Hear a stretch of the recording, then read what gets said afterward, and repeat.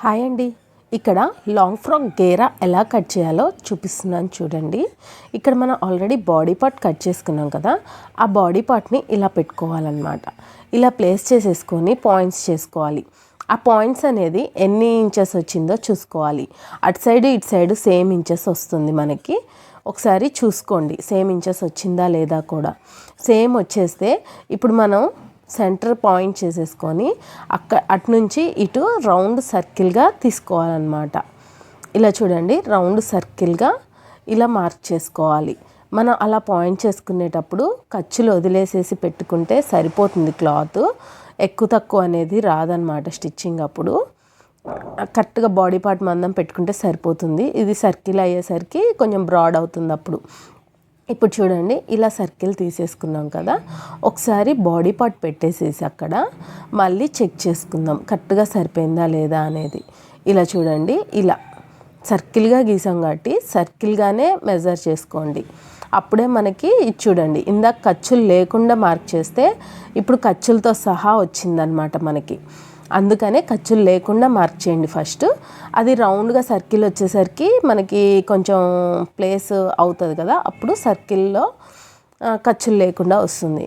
ఇక్కడ మనకి గేరా లెంత్ ఎంతో ఒకసారి మనం మార్క్ చేసుకున్న దగ్గర నుంచి కౌంట్ చేయండి. నేను 29 ఇంచెస్ తీసుకున్నాను. 29 ఇంచెస్కి ఒక పాయింట్ చేసేసి మళ్ళీ పైనుంచి ఆ పాయింట్కి ఎన్ని ఇంచెస్ ఉందో ఒకసారి చూసుకున్నాను. ఇలా చూడండి, ఆ పాయింట్కి ఎన్ని ఇంచెస్ వచ్చిందంటే 43 ఇంచెస్ వచ్చింది. ఆ పాయింట్ నుంచి ఇలా సర్కిల్ తీసుకుంటే ఏంటంటే మనకి ఎగుడు దిగుడు అనేది రాదు. అంటే పైన షార్ప్గా ఇట్లా 4 హోల్డింగ్స్ స్టార్టింగ్ పాయింట్ ఉంటుంది కదా, ఆ పాయింట్ నుంచి తీసుకుంటే సర్కిల్ పర్ఫెక్ట్గా వస్తుంది. ప్లస్ ఎగుడు దిగుడు రాదు. చాలామంది ఏంటంటే ఆల్రెడీ సర్కిల్ గీసాం కదా మనం పైన సర్కిల్, ఆ సర్కిల్ నుంచి మెజర్ చేసుకుంటూ వస్తారు. అలా కన్నా ఇలా తీసుకోండి, మీకు చాలా ప్లస్ అవుతుందన్నమాట. ఎగుడు దిగుడు రాదు, సర్కిల్ కూడా పర్ఫెక్ట్గా వస్తుంది. ఇలా చూడండి, మనకి పర్ఫెక్ట్ సర్కిల్ అనేది వచ్చేస్తుంది అనమాట. అక్కడ పాయింట్ దగ్గర నేను సిజర్ బేస్ చేసేసుకొని మొత్తం టేప్ ఒకసారి పైకి అనుకుంటూ మీరు పాయింట్ చేసుకోవాలన్నమాట. అప్పుడే సర్కిల్ పర్ఫెక్ట్గా వస్తుంది. టేప్ అనేది స్ట్రైట్గా ఉండాలి, ఎక్కడా కూడా టేప్ అనేది క్రాస్ అయిపోవద్దు. ఇలా టేప్ అనేది క్రాస్ అయిన దగ్గరల్లా మళ్ళీ పైకి అనుకొని స్ట్రైట్గా పెట్టుకొని ఇలా సర్కిల్ చేసేసేయండి. చూడండి, ఇక్కడ నేను ఎలా సర్కిల్ చేశానో అలా సర్కిల్ చేసేసి మనం యాజ్ ఇట్ ఈజ్గా అలానే కట్ చేసేసుకోవాలన్నమాట. ఇలా మెయిన్ గేరా అనేది సర్కిల్గా వస్తేనే మనకి అంబ్రెల్లా కట్ ఫ్రాక్ అనేది సూపర్ లుక్ ఉంటుంది. పర్ఫెక్ట్గా కావాలి అనుకుంటే మాత్రం పైనుంచి పాయింట్ చేసుకోండి, పర్ఫెక్ట్ సర్కిల్ వస్తుంది మీకు. మెజర్మెంట్ కింద నడుం దగ్గర కట్ చేసిన దగ్గర నుంచి అయితే సర్కిల్ తీసుకోకండి, కరెక్ట్గా రాదు. ఎక్కడ ఎగుడు దిగుళ్ళు అనేది వచ్చేస్తుంది అనమాట. ఇప్పుడు చూసారా, మనం మార్క్ చేసుకున్న విధంగా కట్ చేసేసుకుందాం.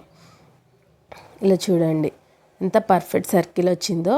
అది స్టిచ్చింగ్ తర్వాత కూడా అంత పర్ఫెక్ట్గా సర్కిల్గా బాగుంటుంది, ఎక్కడ ఎగుడు దిగుడు కూడా ఉండదు. ఇప్పుడు లాంగ్ ఫ్రాక్ గేరా అనేది ఎలా కట్ చేయాలి అనేది మీకు ఈరోజుటి వీడియోలో చూపిస్తున్నాను. మీకు కనుక నచ్చినట్లయితే లైక్ ఇవ్వండి ఫ్రెండ్స్. ఇప్పుడు పైన